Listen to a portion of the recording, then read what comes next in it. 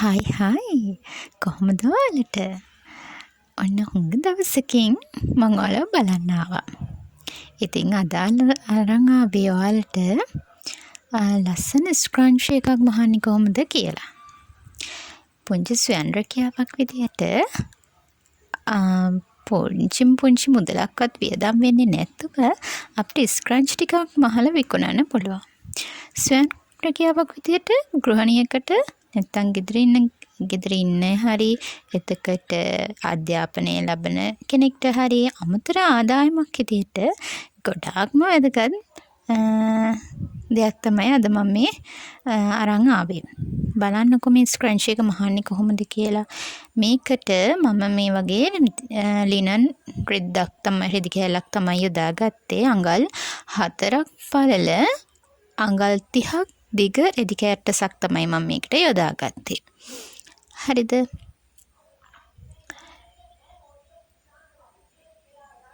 මේකට අපිට ඇත්තටම මේකට විස්කෝස් පොඩි වෙන රෙදි පාවිච්චි කරන්න එපා. එතකොට ස්ක්‍රන්චි එකේ ලස්සන නැති වෙනවා.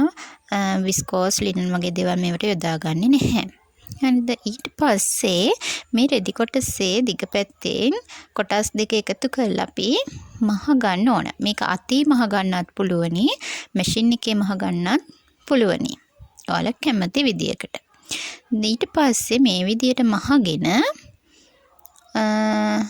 ඊළඟට කරන්න ඕන යාළුවනේ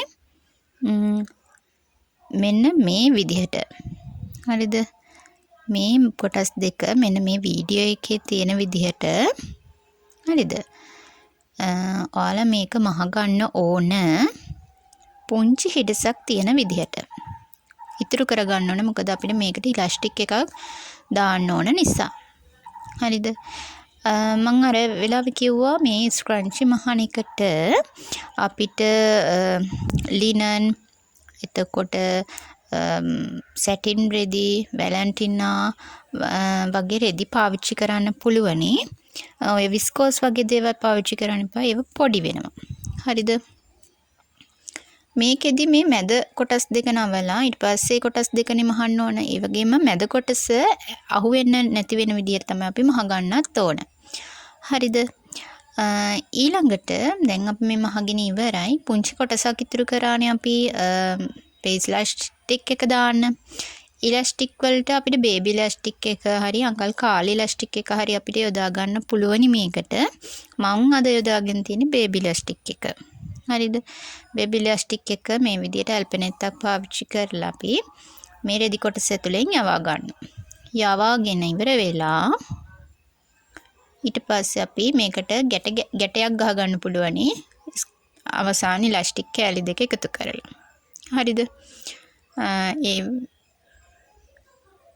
මේ විදියට අපිට පුංචි ගැටයක් දාගන්න පුළුවන්. මේක මහන්න බෑ. ගැටයක් දාගත්තම හොඳටම ශක්තිමත් මේක ලිහෙන්න බලන්නේ නැහැ. හරිද? මම හිතනවා ඔයාලට මේ වීඩියෝ එකෙන් පැහැදිලි වෙන්නේ නැති කියලා මේ මම කරන විදිය. හරිද? සමහරට මේක ඔයාලා දන්නවත් ඇති, නොදන්න අයත් ඇති. ඉතින් මම මේක ගෙනාවේ නොදන්න අය වෙනුවෙන් ස්ක්‍රන්ච් එකක් අපිට ගෙදරින් ඉඳන් කොහොමද මහන්න කියලා. මේක මිනි ස්ක්‍රන්චීස් ලාර්ජ් විදිහට කියන්නේ එක සයිස් වලට අපිට ස්ක්‍රන්ච් මහන්න පුළුවනි.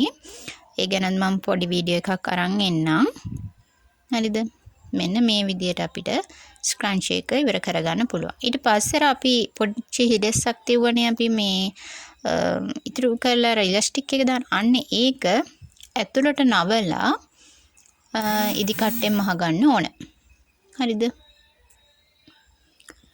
ඊට පස්සේ වැඩේත් ඉවරුණාට පස්සේ ළමයිනේ ඕන අපි ස්ක්‍රන්ච් එක මහලා ඉවරයි. හරියම පුංචි දෙයක් තියෙන. ඇත්තටම කිව්වොත් අපිට විනාඩි 5ක්වත් යන්නේ මේ ස්ක්‍රන්ච් එක මහන්න. හරිද?